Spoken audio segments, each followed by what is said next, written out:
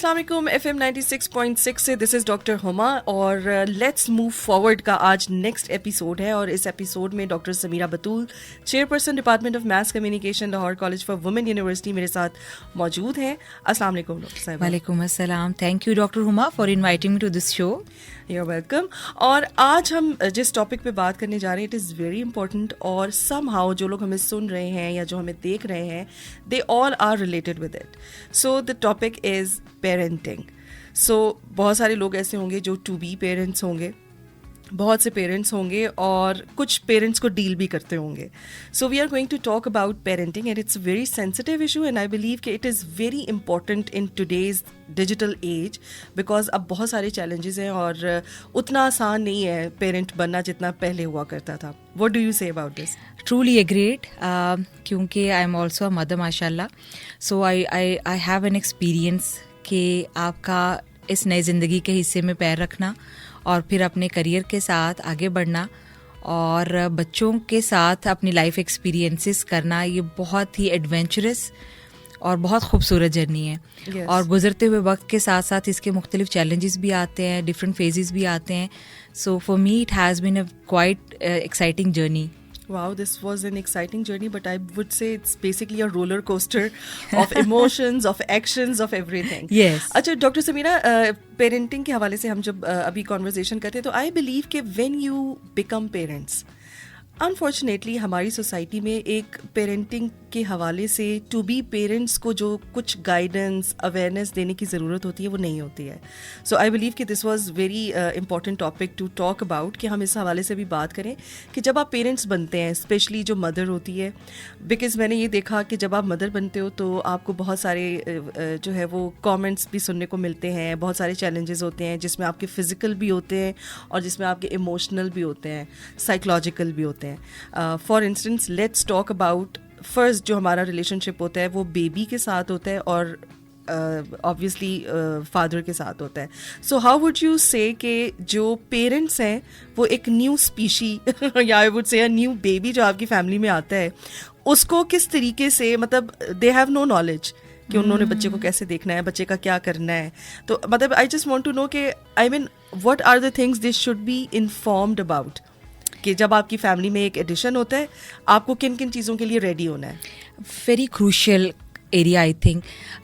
मुझे अंदाज़ा है और मैं समझती हूँ कि जब भी आप अपनी नए ज़िंदगी के इस हिस्से में आते हैं तो one should be very rationalised. You know, conceiving a baby is not an easy job and it's not an easy decision. So I would advise all the girls and all the boys when they are coming into this kind of the phase, they should be much aware of all the challenges and all the prospects of being parent, number Yes. one.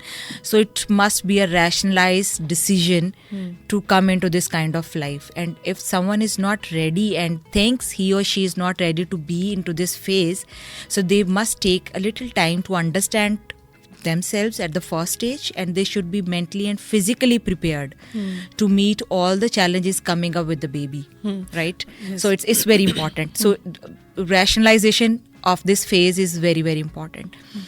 Number 2, there must be planning.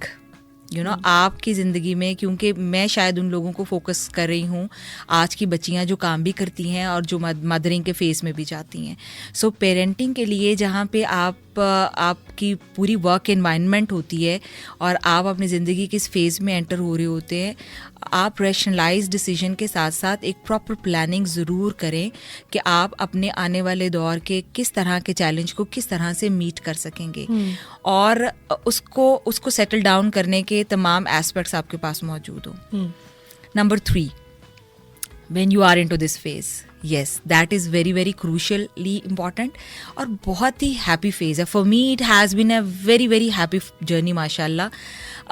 I was mentally and physically prepared to do all the challenges, to you know take up all the initiatives during my this kind of phase. So मुझे ये लगता है कि once you are fully planned, fully prepared and fully capable of being parent. You know, Yes. आपको पता है कि आप financially इन चीज़ों के साथ टेकअप कर सकते हैं, आप मेंटली आप इनको कोप अप कर सकते हैं and you can handle the things very happily, then you are ready actually to go into this kind of the phase of life. Then आपका अगला कंसर्न ये था कि जब हम एक रिलेशनशिप डेवलप करते हैं तो वो कैसा है. एज अ वुमेन मुझे ये लगता है कि this is the most beautiful phase of a woman's life जब वो माँ बनती है. तो माँ बन के जो खुशी, जो कंप्लीटनेस का एहसास आपको मिलता है वो बहुत प्राइसलेस है.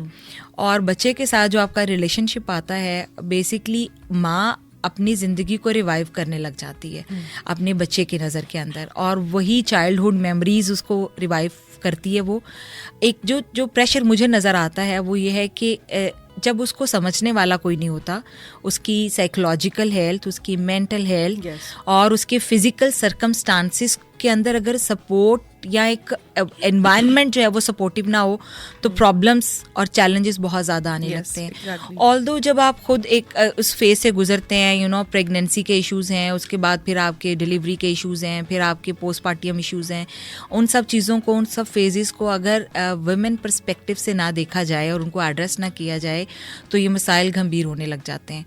तो मेरी एडवाइस ये होगी कि इस रिलेशनशिप को ब्यूटीफुल बनाने के लिए, मेमोरेबल बनाने के लिए पर्सपेक्टिव को देखना बहुत ज़रूरी है. और mother should be facilitated as much as one can do actually.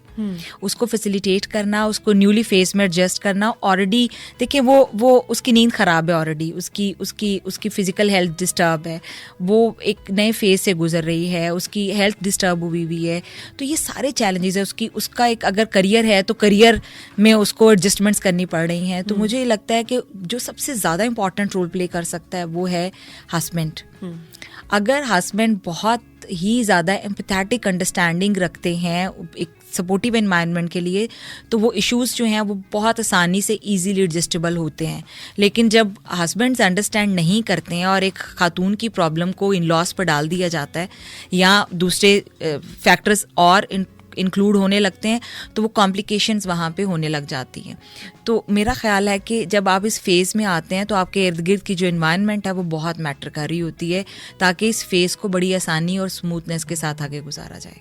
That's very nice. आपने जैसे कहा कि जो पहली चीज़ है that you should be mentally accepting that you are turning to be parents. तो ये एक तो बहुत अच्छी बात है, बिकॉज बहुत से लोग जब आप शादी हो जाती है तो दे स्टार्ट आस्किंग कि where is the good news, where is the good news. तो आपने ये बड़ी अच्छी बात की कि पहले तो आपको ये देखना चाहिए कि are we now ready to get in to this role.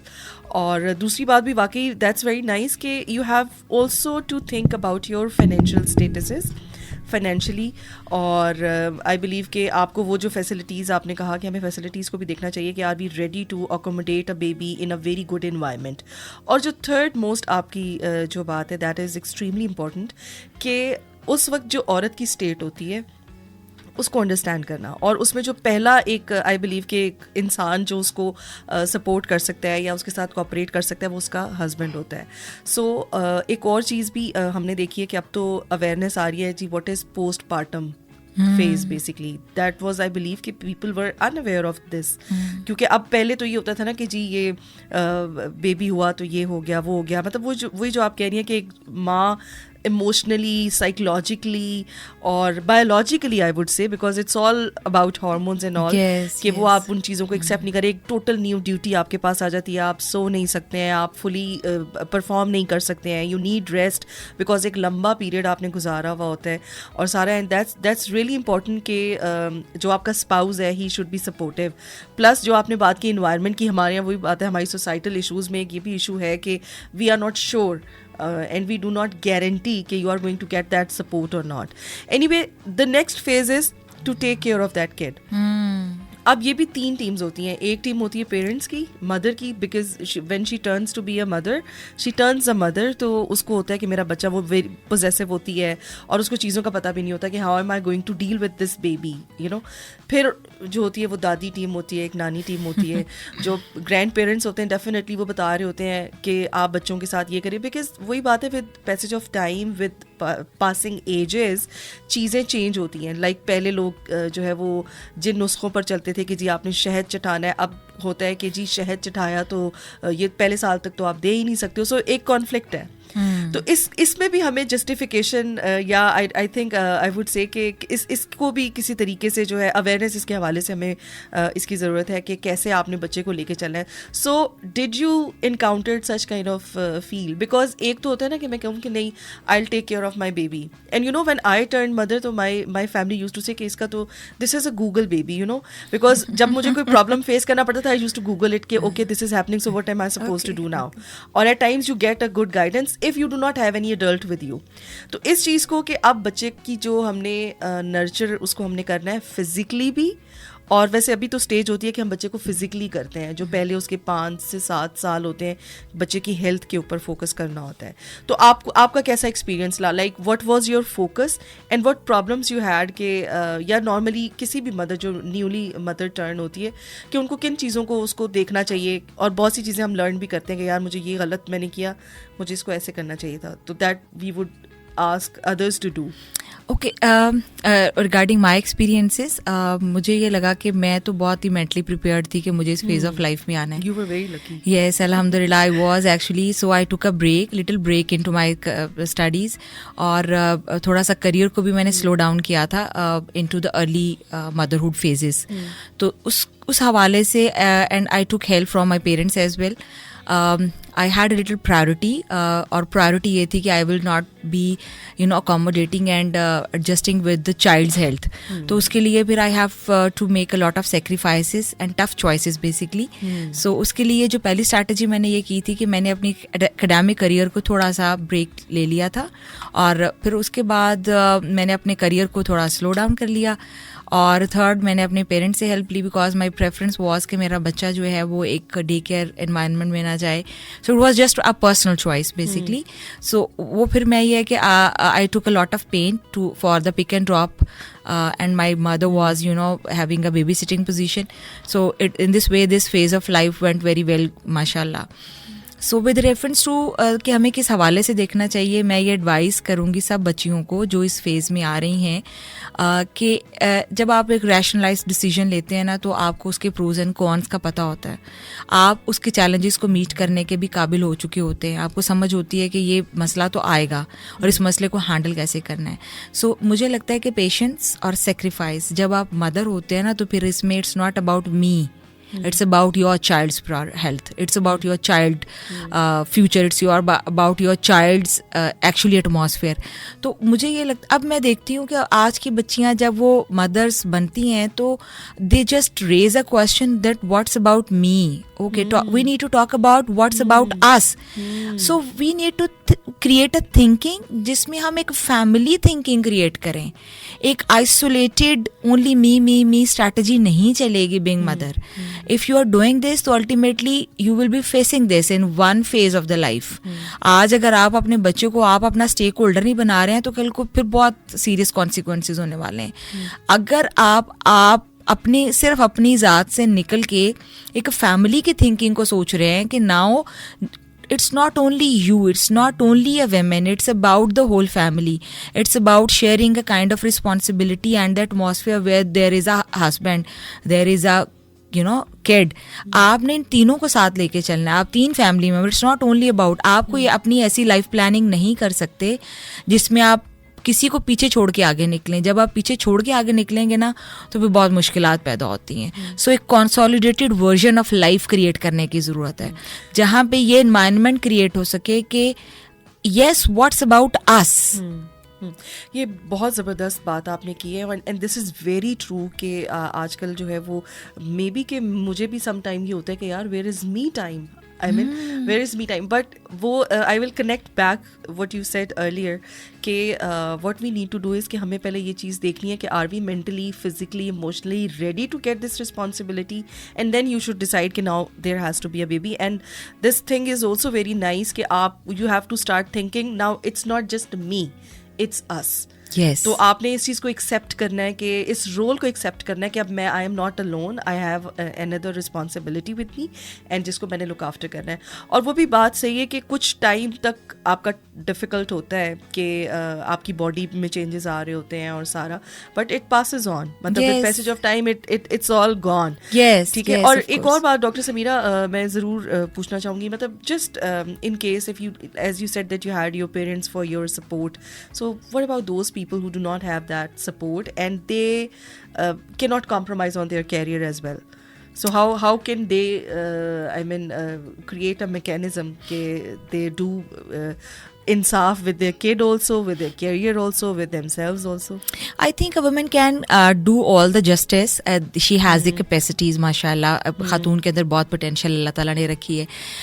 अगर सपोर्ट सिस्टम नहीं है तो मेरा ये मानना है कि वर्क प्लेसेस को प्रो विमेन पॉलिसीज़ लेके आनी चाहिए. डे केयर्स मौजूद होने चाहिए आपके वर्क प्लेस के ऊपर. And a baby should be with the mother.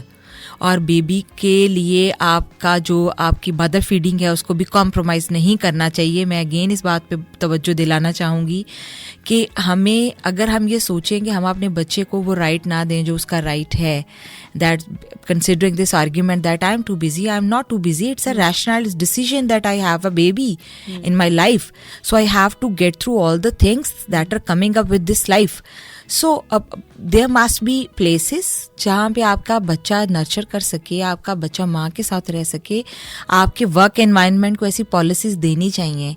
और अगर कोई भी खातून इस तरह की एनवायरनमेंट में है जहाँ पे उसका वर्क प्लेस उसको ऐसी इजाज़त नहीं देता या ये नहीं है, तो उसको अपने इर्द गिर्द अपना सोशल कैपिटल की तरफ रुख करना चाहिए, जहाँ पे उसकी may be mother in law या उसकी अपनी मदर या उसका सपोर्ट सिस्टम ज़रूर मौजूद होगा जो इस फेज़ ऑफ लाइफ में उसको हेल्प आउट कर सके.